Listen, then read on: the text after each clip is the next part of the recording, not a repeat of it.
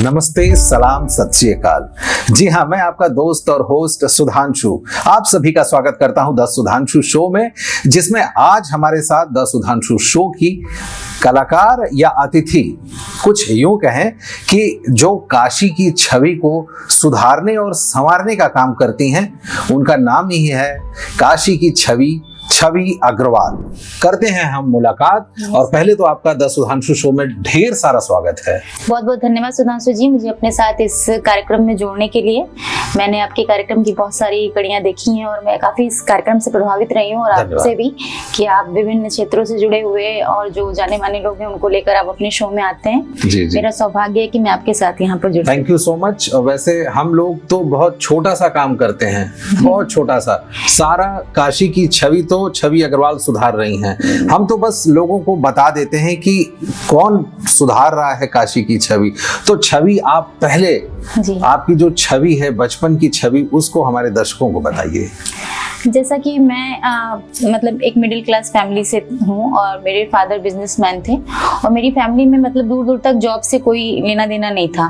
But मेरे नाना जी जो थे वो गवर्नमेंट स्कूल में टीचर थे, तो उनके व्यक्तित्व से मैं हमेशा से बचपन से ही प्रभावित रही। हालांकि होता है ना बचपन में, जिसको आप अपने किसी सक्सेसफुल रिलेटिव को देखते हैं तो आपको लगता है कि इसके जैसा ही मुझे बनना है। तो मेरे रिलेशन में मामा जी लोग हैं, डॉक्टर हैं, तो मैं उनको देखकर मुझे डॉक्टर बनने का भी काफी क्रेज था। तो एक दौर था, मैं बहुत प्रिपरेशन वगैरह किया करती थी, लेकिन प्रिपरेशन करने के दौरान मैं जब बनारस रहने आई, जीआरएस मैंने कोचिंग की, तो मैं काफी होम सिकनेस की वजह से मेरी तबीयत वगैरह डिस्टर्ब रहने लगी। तो मैं और जनरल कास्ट के लिए फाइट करना थोड़ा ज्यादा भी मुझे लगता है टफ है, और इस वजह से मैं 2-4 नंबर से हमेशा उस चूक गई। फिर फादर ने मेरे कहा कि नहीं, लड़कियों का थोड़ा उनको पढ़ना लिखना, शादी ब्याह का चिंता बहुत ज्यादा होता है फादर्स को, थोड़ा केयरिंग होने के नाते। तो उन्होंने कहा मेरे पास ज्यादा टाइम नहीं है कि हम लोग बहुत ज्यादा देर तक इसमें 4-5 साल तैयारी करें और फिर 6 साल डॉक्टर बनने के लिए तैयारी करें। तो आप कोई ऐसा फील्ड चुनो जहाँ पे तुम्हें तुरंत मतलब जॉब मिले। तो संयोगवश एक इंसिडेंट के तहत मुझे मौका मिला बीएड करने का बीएचयू से। तो मैंने बीएड कंप्लीट किया और मेरी बहुत ही मतलब कह सकते हैं कि ईश्वर की कृपा थी कि तुरंत जैसे ही मैंने बीएड कंप्लीट किया वैकेंसी आ गई और मुझे यहाँ पे सर्व करने का मौका मिला। तो मुझे लगता है कि ईश्वर ने मेरे लिए यही क्षेत्र चुना था, क्योंकि मुझे बहुत पसंद था। बचपन से ही मुझे सोशल वर्क करने का बहुत ज़्यादा मतलब क्रेज था। मैं देखती थी कि जो लोग भी वंचित होते हैं या जिनके पास ज़रूरत है उनको, और हम उन तक नहीं पहुँच पाते हैं, और अगर हम कहीं ना कहीं अगर बस देखते हैं और केवल उनके प्रति अपनी संवेदना को व्यक्त करते रहते हैं, तो इससे बेहतर है कि हम उनके साथ जुड़ें और उनको जो भी हम दे सकते हैं अपनी सामर्थ्य अनुसार उसको देने का प्रयत्न करें। अच्छा, ये बताइए छवि कि आप जबकि एक गवर्नमेंट टीचर हैं, मोटी सैलरी, अच्छी सैलरी, हम कहें कि सबसे आराम की जॉब अगर है तो गवर्नमेंट टीचर की है जी। और ये बताइए कि जब अच्छी सैलरी है फिर क्या जरूरत पड़ती है सोशल वर्क करने की, क्यों मेहनत करती हैं? बात ये नहीं है कि मैं अपनी लाइफ मैंने तो अच्छी बना ली है, लेकिन मेरे जो मुझसे जुड़े लोग हैं, अगर समाज में हम हैं तो हमारा समाज के प्रति भी कोई कर्तव्य है। अब जैसा कि हम लोग बनारस में रहते हैं तो यहाँ पे संस्कृति है हमारी सेवा की, तो हम सेवा कैसे करेंगे? जब मैं इस सरकारी स्कूल में पढ़ाने की जब मुझे अवसर मिली थी, उस समय मेरे पास प्राइवेट स्कूल में पढ़ाने के भी अवसर थे, 2 बच्चों के एजुकेशन और अच्छा खासा मतलब हम लोग को अप डाउन बस से ले जाना ले आना सारी सुविधाएं मिल रही थी। बट मैंने कहा कि वो बच्चे जो गांव में हैं, जिनको कि कभी अच्छे टीचर शायद नहीं मिल पाएंगे, अगर हम सारे लोग ऐसा सोचेंगे कि हम सब प्राइवेट में पढ़ाएं, एसी हॉल में बैठ के पढ़ाएं, और गांव के स्कूलों में उस समय कोई जाना नहीं चाहता था। अब तो सैलरी अच्छी हो गई है तो सब थोड़ा सेक्रीफाइस कर लेंगे, गर्मी सह लेंगे। लेकिन उस टाइम स्थिति ये थी, 2009 में मैंने ज्वाइन किया था, तो मेरी पोस्टिंग एकदम सुदूर क्षेत्र में हुई थी कि मतलब ऐसा जब गाड़ी उतरती थी ना गड्ढे में, तो ऐसा लगता था कि पता नहीं कहाँ जा रहे हैं, कहीं पहुंचेंगे भी कि नहीं। तो वैसी जगह से हम लोगों ने शुरुआत की है। तो आज जो सिनेरियो है कि हाँ मोटी सैलरी मिल रही है, उस समय सैलरी भी बहुत ज्यादा नहीं थी। तो लेकिन ये है कि हाँ संतुष्टि है। मुझे एक सबसे जो अच्छी बात लगती है अपने प्रोफेशन की, कि हम इस प्रोफेशन में डॉक्टर भी हैं, सिंगर भी हैं, बच्चों के लिए हम सब कुछ हैं, है ना, गाइड भी हैं, उनको कहीं टूर पे लेके जाना है तो टूरिस्ट भी हैं, उनके साथ डांस करना है तो उनकी डांस टीचर भी हैं, सिंगर भी हैं, उनके लिए एक्टर भी हैं। सारे रोल हमें प्ले करने का जो मौका मिलता है, तो it's a multi dimensional field. तो मुझे लगा कि ये मेरे लिए बेस्ट है अगर मैं इस जॉब को चूज करती हूँ। तो यही है मेरा कि टीचिंग के साथ साथ हम लोग सोशल, ये इन बच्चों के साथ काम करके मैंने सीखा है कि हम उनको नहीं पढ़ा रहे हैं, वो हमें सिखा रहे हैं। बहुत सारी चीजें हम उनसे सीखते हैं कि प्रोफेशन में जैसे डेवलप जो मैं किया है, जो मैंने ग्रो किया है, जो शुरुआत वाली जो छवि थी वो जो आज मैं हूँ उसमें बहुत परिवर्तन है। तो बच्चे भी हैं जिनसे हम सीखते हैं, और हमारी परिस्थितियाँ ऑब्वियसली, घर का माहौल भी काफी सपोर्टिव रहा है। इसके पीछे मैं कहूँगी कि जब मेरी जॉब लगी थी तो आसान नहीं था इस जॉब को कैरी करना, क्योंकि मेरा बेटा मात्र 14 दिन का था जब मैंने ज्वाइन किया था। तो नो डाउट मेरे हस्बैंड हैं डॉक्टर मनोज श्रीवास्तव, जो कि BHU में वर्क करते हैं, वो एम्प्लॉई हैं वहाँ पे। तो उनका बहुत ज़्यादा इसमें सहयोग रहा है कि बच्चे को देखना कैसे। मैं तो चली जाती थी, मेरी पोस्टिंग भदोही हुई थी, पहली पोस्टिंग मेरी दूसरी डिस्ट्रिक्ट में। तो यहाँ से मैं सुबह ट्रेन पकड़ के चली जाती थी, बच्चे को देखने से लेकर दिन भर उसकी केयर करना, और फिर मैं वापस आऊँ तो फिर मेरी भी हालत बहुत बेटर नहीं होती थी। तो सारी चीज़ें, संघर्ष का दौर था, और अब आप कह सकते हैं कि ऐश का दौर है। अभी की जो छवि है वो रिलैक्स। हाँ जी, अब मैं थोड़ा समाज पे ध्यान दे पा रही हूँ, वरना उस टाइम फैमिली और अपने घर की चीज़ों को देखने के साथ साथ मैं बहुत ज़्यादा सोशल वर्क नहीं कर पाती थी। तो मुझे लगता था कि जो मेरा एम था वो कहीं भटक गया है, मैं मतलब फंस के रह गई हूँ इन चीज़ों में। बट अब मैं जो है कि टोटली फोकस्ड हूँ कि कैसे हम अपने साथ साथ समाज के उस हिस्से को भी लेके चलें जिसको हमारी वाकई में ज़रूरत है। तो अच्छा ये बताएं छवि कि आप पढ़ाती हैं, मतलब जहाँ पे आपका जॉब है, स्कूल में पढ़ाती हैं, उसके बाद समाज सेवा किस प्रकार से करती हैं?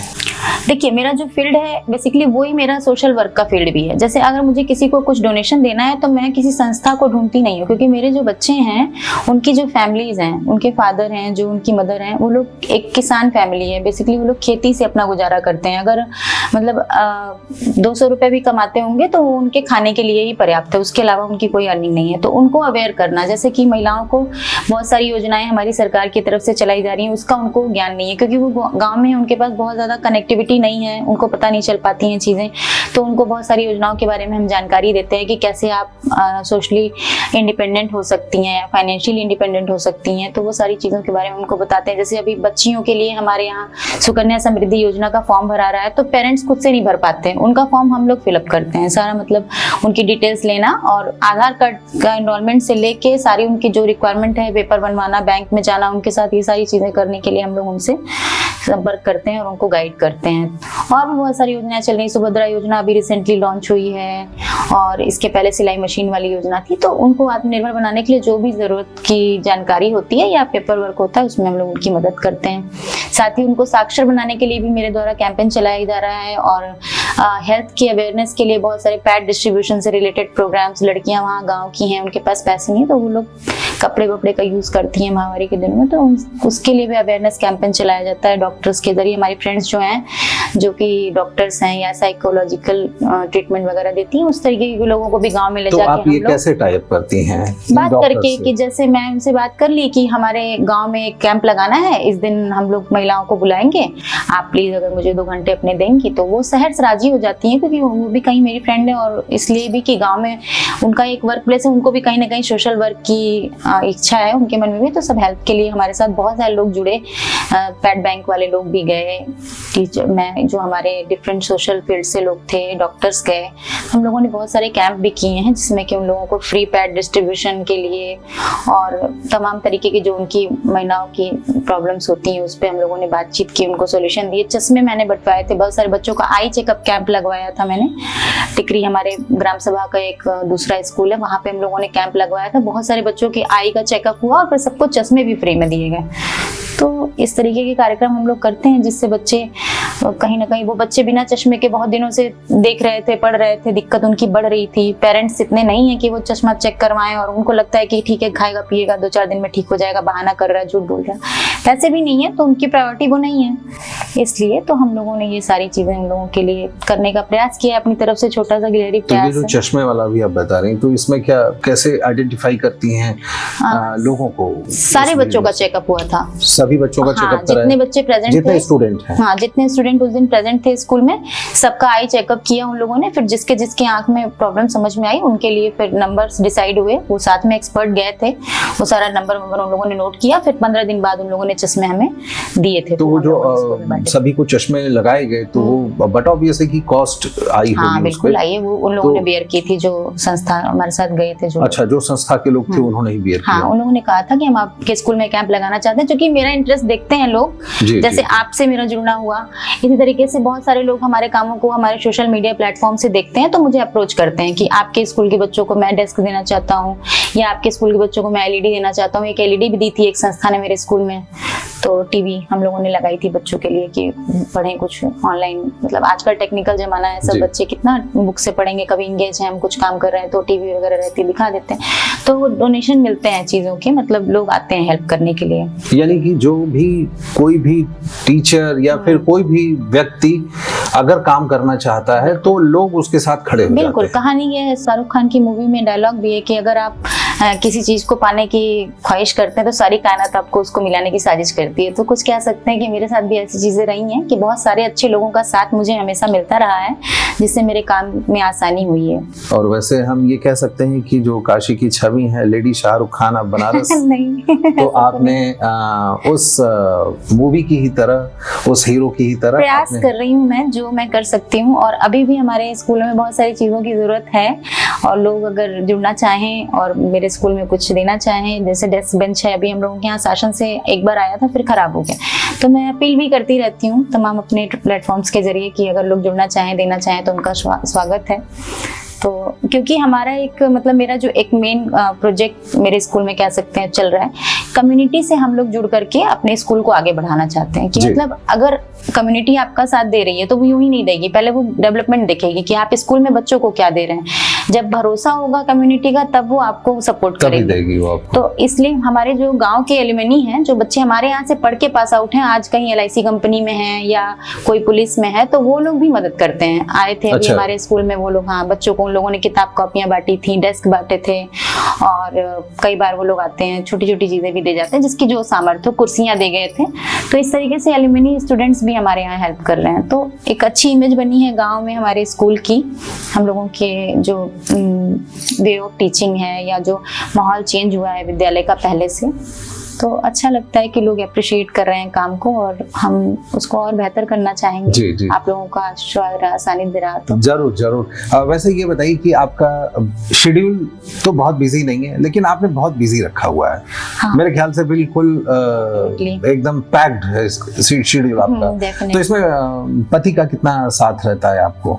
बहुत ज्यादा, क्योंकि मुझे लगता है कि अगर एक स्कूल से आने के बाद हम फिर जैसे 7 बजे स्कूल निकलना घर से, फिर 3 बजे घर में आना, और फिर 3 बजे के बाद आप कहीं जा रहे हैं, तो अगर घर का काम प्रभावित तो होगा ही थोड़ा बहुत ना, ऐसा तो है नहीं। ऑब्वियसली मैं ही यहाँ पे लीडिंग लेडी हूँ, कोई और है नहीं, मेरे अलावा 2 बच्चे और मेरे हस्बैंड। तो मैं जब चली जाती हूँ तो मेरे पीछे इन्हीं लोगों का सारा रोल होता है कि ये लोग कैसे चीजों को मैनेज करते हैं, मुझे भी सपोर्ट करते हैं, ले आना ले जाना। कभी कभी ऐसी सिचुएशन आ जाती है कि साथ में जाना आना भी पड़ता है। तो बहुत ऑब्वियसली अगर आपके जो सब लोग कहते हैं कि किसी सफल आदमी के पीछे एक औरत का हाथ होता है, तो मैं यही कहूंगी कि हर सफल औरत के पीछे उसके परिवार का हाथ होता है। क्या बात है। अच्छा ये बताइए छवि जी, यहाँ पे हमें रोकना पड़ जा रहा है आपको कि जब छवि लौट के आती हैं अपनी छवि बना करके बाहर में, तो छवि को किचन की छवि कैसी लगती है? खाना बना बनाया पतिदेव बना के देते हैं या फिर छवि बनाती हैं, या मिल करके किचन होता है? मिलके भी हो जाता है कभी कभी। संडे के टाइम ऐसा होता है मोस्ट ऑफ देम कि हफ्ता भर कुकिंग हो रही है, या फिर कभी मेरा थक के आई हूँ, मूड नहीं है कुकिंग करने का, तो हम लोग बाहर से अक्सर मंगा लेते हैं। तो इसका इन पे ये नहीं है कि नहीं बनाना ही है, हम बाहर का नहीं खाएंगे, कोऑपरेट कर देते हैं। बनाएंगे नहीं, थोड़ा बनाने में इनका भी हाथ तंग है। चाय बना के पिलाते हैं, चाय अच्छी बनाते हैं। ये बढ़िया है। और आप लोगों का फैमिली टाइम, हाँ, जब खाली होती हैं छवि अग्रवाल, तो कैसे टाइम स्पेंड करती हैं? Most of the time referee बने रहना पड़ता है, क्योंकि मेरे 2 बेटे हैं, एक 11th क्लास में, एक 5th क्लास में है, तो दोनों आपस में लड़ते हैं, तो दोनों के बीच में रेफरी बने होना रहना पड़ता है। उसके बाद जो है कुछ टाइम बचा तो कुछ क्रिएटिव वर्क करने में हम तीनों लोग इन्वॉल्व रहते हैं। आर्ट मेरा भी फेवरेट जॉनर कह सकते हैं कि आर्ट करना, पेंट करना, कुछ ना कुछ TLM वगैरह बनाते रहना। कभी रात को नींद नहीं आ रही है तो बैठ गए माँ बेटा कि ऐसे कट करें, ये करें, वो करें, कैसे बनाएं, कुछ नया क्रिएट करें। तो कुछ कुछ चीज़ें हम लोग मिलके बनाते हैं। तो कह सकते हैं कि हम लोगों का आपस में अंडरस्टैंडिंग है, एक ही इंटरेस्ट है। रील वील भी बना लेते हैं साथ में। फैमिली टाइम बहुत अच्छा है, जो भी है छोटा मोटा अपना आपस में बॉन्डिंग है, हम लोग एंजॉय कर लेते हैं। क्या बात है। वैसे छवि जी, चलने का अब इजाजत तो लेना ही पड़ेगा। वैसे जाने की इच्छा नहीं हो रही है, बड़ा अच्छा लग रहा है आपसे बात करके। Same year. मेरे आपके माध्यम से मेरी कुछ मैसेज जो थे, मेरी जो बातें थी, विचार थे, लोगों तक पहुंचे, इसके लिए मैं आपकी बहुत बहुत आभारी हूँ। Thank you. तो आज के लिए बस इतना ही। हम छवि अग्रवाल जी से ले लेंगे इजाजत। अगली बार हम होंगे एक नए अतिथि के साथ। तब तक देखते रहिए द सुधांशु शो। नमस्कार।